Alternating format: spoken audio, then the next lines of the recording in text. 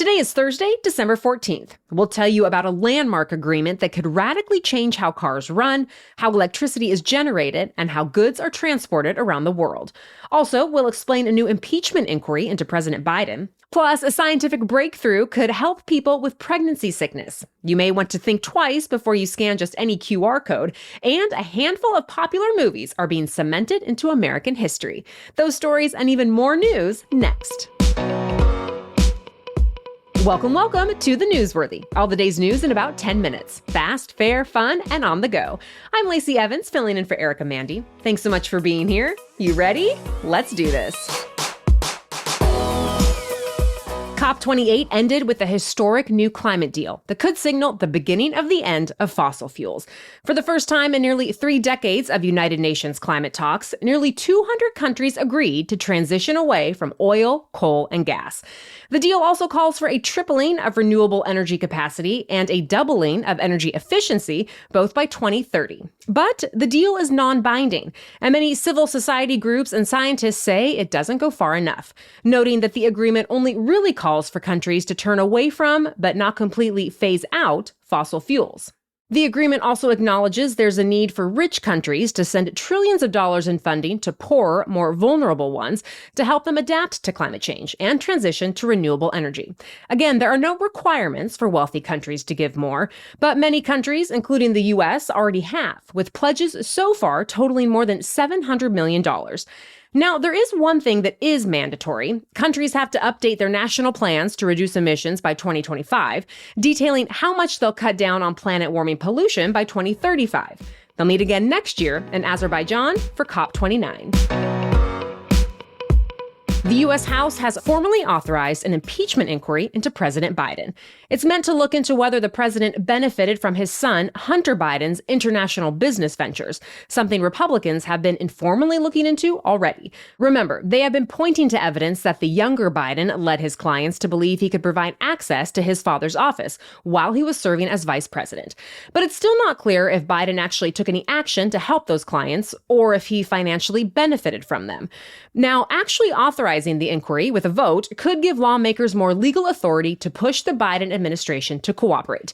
For the official vote, every Republican voted yes, every Democrat voted no, with just one member not voting at all. Some Republicans say there's enough information out there to know something suspicious could be happening and that they just want to get to the facts, though Democrats accuse them of just trying to seek revenge for former President Trump, who was impeached twice before being acquitted in the Senate.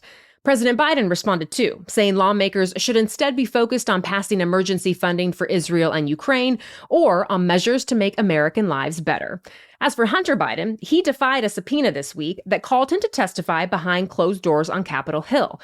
Hunter said he would only testify publicly, saying he worries his words would otherwise be misrepresented. But some lawmakers say they're now going to take steps to hold him in contempt of Congress, which could potentially lead to prison time. Of course, he's also facing criminal gun and tax charges, and those cases are still ongoing. There has been a significant shift at the Federal Reserve. Fed officials again decided to keep interest rates right where they are, in a 5.25% to 5.5% range. And here's the significant part. They announced they are expecting to cut rates at least 3 times in 2024. This is more aggressive than what they've said in the past, but their tunes are changing now because inflation has actually come down much faster than expected. Just this week, the federal government released data showing prices rose 3.1% last month over the same month last year.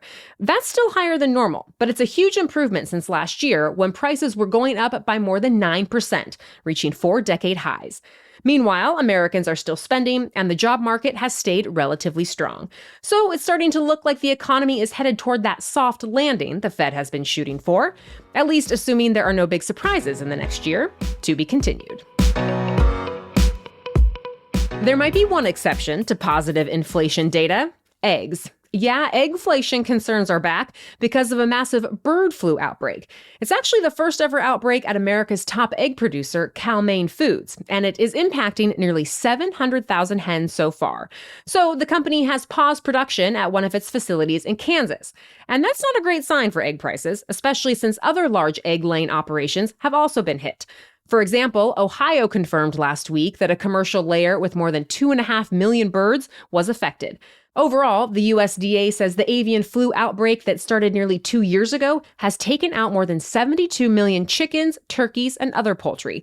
Experts blame wild birds for spreading the disease. To be clear, the bird flu isn't considered a big risk to public health since humans aren't the ones getting sick. And it's not a food safety risk, so you don't have to worry about eating chicken, turkey, or eggs. At this point, no eggs have been recalled. More news is still coming up, but first, here's your regular host, Erica Mandy, with a word about today's sponsor. I've always experienced the benefits of stretching since I grew up dancing, then later have enjoyed yoga. But I'm now realizing that the typical stretches don't always cut it. And using bands and ropes might not actually pull your toes down and back the way a stretch therapist does it. Well, enter the Castle Flex. When I use it, my entire body feels so much better the same day, and the benefits only increase the more consistent I am with it. In fact, my husband and I both use the Castle Flex now, and we're not alone. With 40,000 customers and an average review rating of 4.9 stars, no wonder they have less than a 1% return rate. Even professional athletes use this. Plus, Castle Flex is now HSA, FSA eligible, which is especially helpful right now if you have extra funds that are use it or lose it by the end of the year. So check it out at castleflex.com. That's Castle Flex, F-L-E-X-X with 2 X's. And be sure to use our code NEWS12 for 10% off. Again, go to castleflex.com and use the code NEWS12 to get 10% off. Now, back to the news. Scientists may have finally gotten to the bottom of a problem that impacts millions of women all around the world, morning sickness during pregnancy, or what should more accurately be called all-day sickness during pregnancy, for a lot of women anyway. But there's hope. A new study was published this week that found the nausea and vomiting that happen, most often in the first trimester, are caused by a single hormone. It's called GDF-15. And the study found how sick a mother feels depends on how much GDF-15 is produced by her fetus. But there's also a caveat. Women who have been exposed to the hormone before pregnancy don't seem to be as impacted.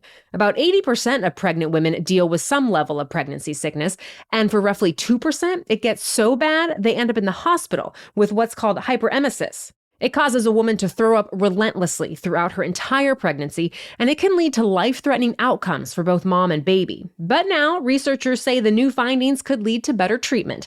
Like patients may one day be able to take medicine to block the hormone's effects or prevent the symptoms altogether. Such medications are being tested in trials now. Nearly all Tesla vehicles driving on American roads right now have been recalled. The electric car maker recalled more than 2 million cars to update the autopilot system.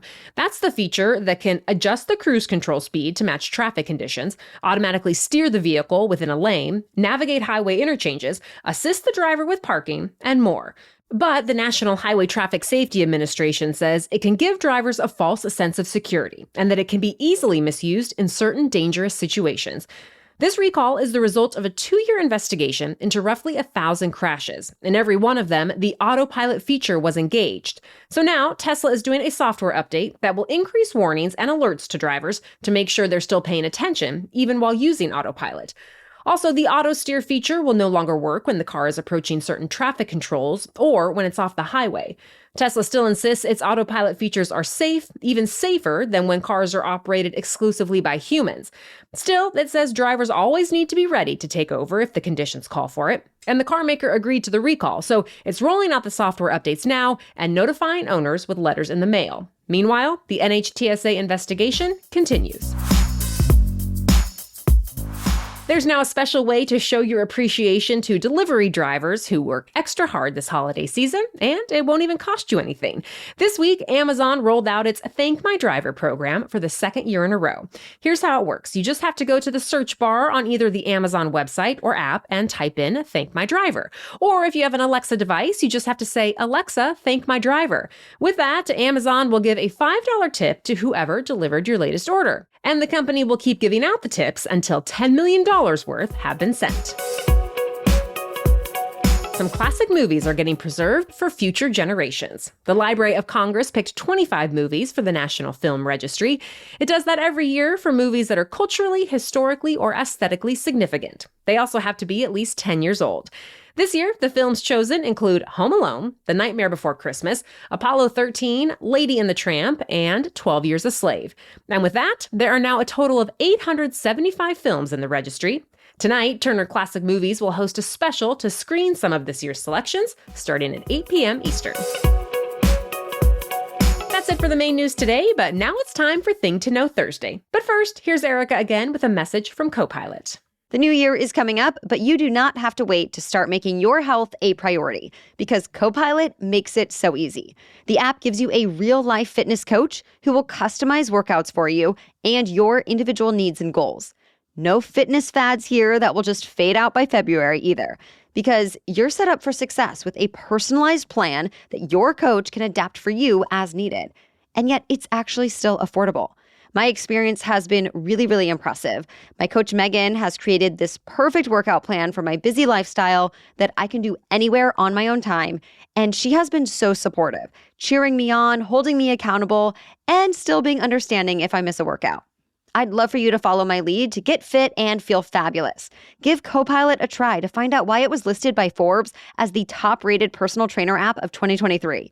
Head to go.mycopilot.com/newsworthy to get a 14-day free trial and 20% off your first month of personalized fitness with your own personal trainer if you sign up before February 1st, 2024.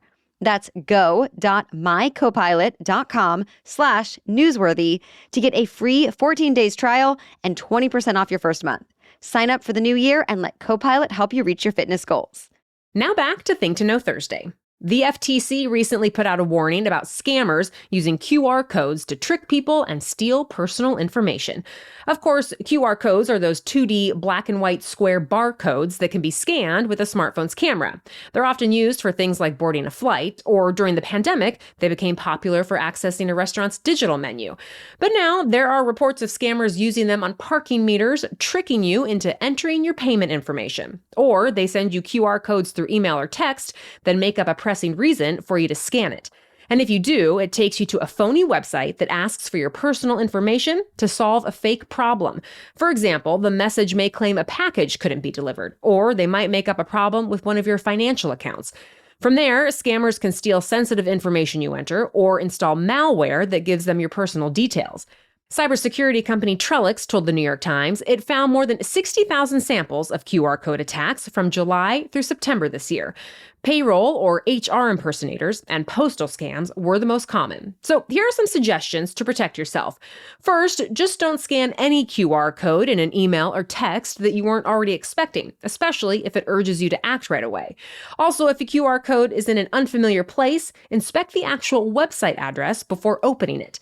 Or if it claims to come from a certain company, contact that company directly. Update your smartphone's operating system to make sure the latest security protections have been downloaded. And it's always a good idea to create strong passwords and use multi-factor authentication whenever possible. All right, thank you for listening today. We'll catch you up on more news to note tomorrow. Until then, have a great day.